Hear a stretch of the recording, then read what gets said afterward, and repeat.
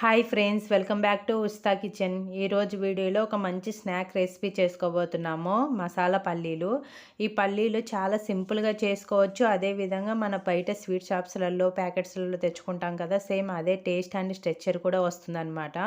చాలా బాగుంటాయి. ప్రతి ఒక్కరూ చేయగలిగే రెసిపీ అని చెప్పవచ్చు. వీడియో లాస్ట్ వరకు చూసి తప్పకుండా ట్రై చేయండి.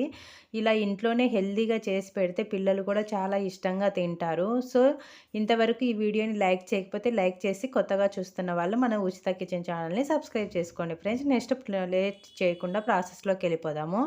ఫస్ట్ ఒక మిక్సింగ్ బౌల్ తీసుకొని దాంట్లోకి ఒక కప్పు పల్లీలు తీసుకుంటున్నాను. పల్లీలు ఇలా కొంచెం లావున్నవి తీసుకోండి.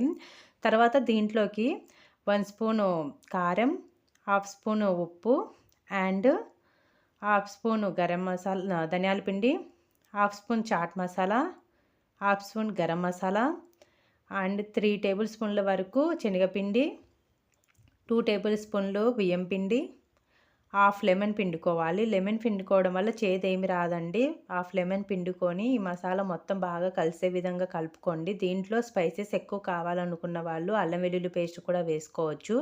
అంతేకాకుండా స్పైసెస్ కూడా మీ టేస్ట్ని తగినట్టు చేంజ్ చేసుకోవచ్చు అనమాట. సో కొంచెం కొంచెం వాటర్ యాడ్ చేసుకుంటూ బాగా గట్టిగా కలుపుకోవాలన్నమాట.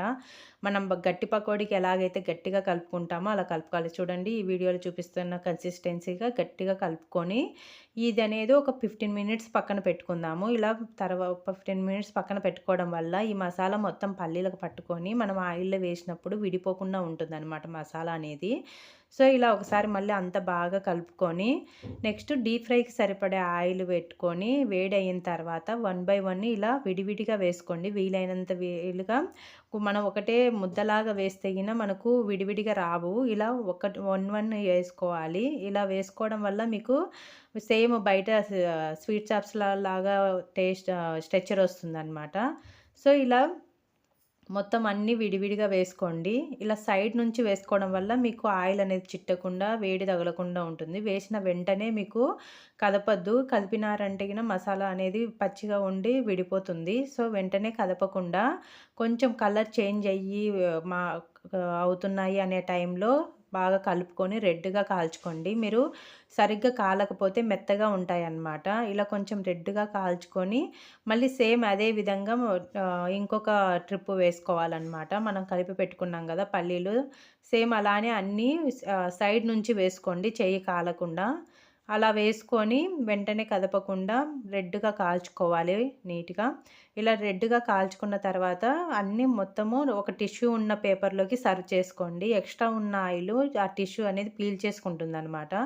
తర్వాత ఒక 2 మినిట్స్ తర్వాత ఇలా మనం సర్వ్ చేసేసుకోవడమే. చాలా బాగుంటాయి, కరకరలాడుతూ ఉంటాయి అన్నమాట. చల్లారిన తర్వాత దీంట్లోకి కరివేపాకు క్రిస్పీగా అయ్యేంత వరకు వేయించుకొని వేసుకుందాము. చాలామంది పచ్చిమిర్చి కూడా వేసుకుంటారు. ఇష్టం ఉన్న వాళ్ళు పచ్చిమిర్చి కూడా వేసుకోవచ్చు. సో మీరు కూడా తప్పకుండా ట్రై చేసి రెసిపీ ఎలా వచ్చిందనేది కామెంట్ రూపంలో తెలియచేయండి. మీకు ఈ వీడియో నచ్చినట్టయితే లైక్ చేసి మన ఉస్తా కిచెన్ ఛానల్ని సబ్స్క్రైబ్ చేసుకోండి. మీ ఫ్రెండ్స్ అండ్ ఫ్యామిలీ మెంబర్స్కి షేర్ చేయండి ఫ్రెండ్స్.